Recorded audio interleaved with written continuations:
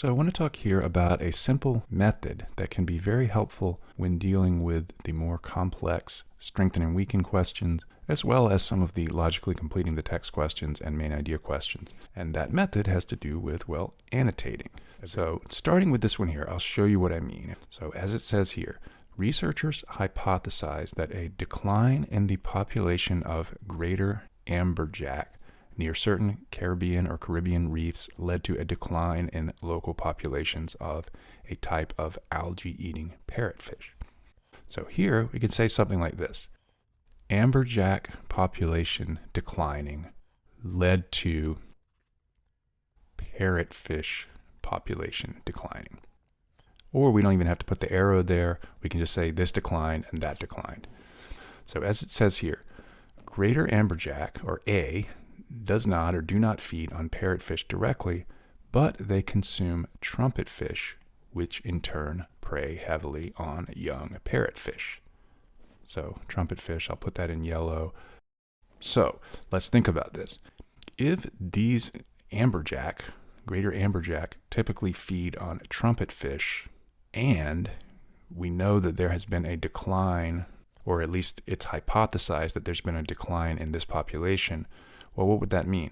If there's less of these, fewer of these, less of these, that would lead to an increase in the population of trumpetfish because there are fewer of the predators that eat them. So their population would increase. And that, in turn, would have this kind of effect because if you have more predators of parrotfish, then more parrotfish are going to be eaten and their numbers would decrease. And so we have this simple relationship between the three different species, and now we can go and look at the answer choices. So which of these would support the hypothesis? So declines in the abundance of the greater amberjack's other prey are associated with declines in greater amberjack abundance. Well, there are two things wrong with this one. One is that there's nothing really about other prey here. I mean, maybe potentially that could be relevant if it were a weakened question, but it's certainly not going to be relevant to supporting this. In terms of supporting this, the other thing here is we want something that has to do with the relationship between this and that, not this and itself. So 2 reasons to get rid of A.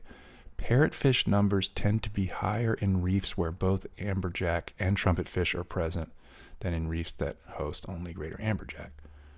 Well, no. I mean, it's mentioning all of these things, but the hypothesis only has to do with these two. And so this would be supporting a different hypothesis.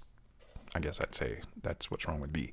C, consumption of parrotfish by trumpetfish increased significantly before the regional decline in amberjack abundance began. And no. So generally what you're going to find on these questions is if they ask you for something that would support it, one of them is going to weaken it. And vice versa, if it's a weakened question, one of them is going to support it. If this consumption of parrotfish by trumpetfish increased before the decline in amberjack population, that would sort of cut off the link between A and P. It would say, oh, it's just about these two things. Or there must have been something else that maybe caused this to go up. So that would not be relevant, or it would be relevant, but it wouldn't support it. And then D, trumpetfish numbers have risen in the areas where greater amberjack populations have decreased. And so that confirms what we see here. And so an example of this method, but I want to show a couple of others because I think this is more and more helpful, even necessary, I would say, when you get into more complicated questions. And so here is one of those more complicated questions, and I will zoom like this because I don't want us to get distracted by the answer choices. We want to focus on the passage first. So as it says here, as people have increasingly adopted digital calendars and task management apps, the act of memory-based planning has declined in favor of an approach known as externalized planning, in which individuals rely on digital tools to track and organize tasks. And so here we can say memory-based planning has declined, externalized planning has increased. Okay, So these two things sort of go hand in hand.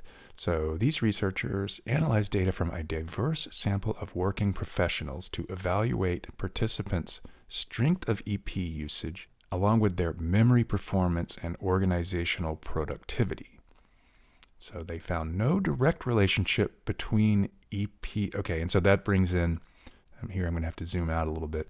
That brings in a couple of other variables. So we've got memory performance, not the same as memory-based planning, and then we've got organizational productivity.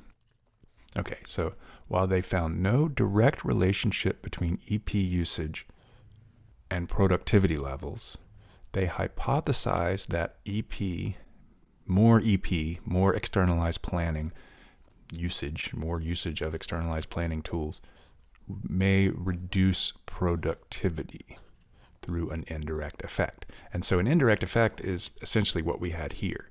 A is not directly causing this to happen, but it's affecting this, which in turn affects that. So that's an indirect effect. And so here, if this goes up and this goes down and there's an indirect effect, it's probably going to have something to do with memory performance. And so let's think about it. And you don't have to be quite this proactive on the test, but I think the more you can understand things before diving into the answer choices, the better. You'll spend less time combing through those answer choices and you'll be more efficient in sort of getting through that phase of the question. And so if an increase in this is going to cause a decrease in this through an indirect effect, we need to know something about the relationship between this and also probably the relationship between this and that. So let's just go ahead and read the answer choices. So A, EP usage tends to increase during busy periods, and people are generally more productive during busy periods than slow periods. Well, let's think about it. If this increases and people are more productive during the same times when this increases, this would be going in the other direction. In other words, A is indicating that an increase in this would lead to an increase in this. And that runs counter to what they are hypothesizing. So given that we want to support it, we don't want this. This would weaken it. So A is not going to be correct.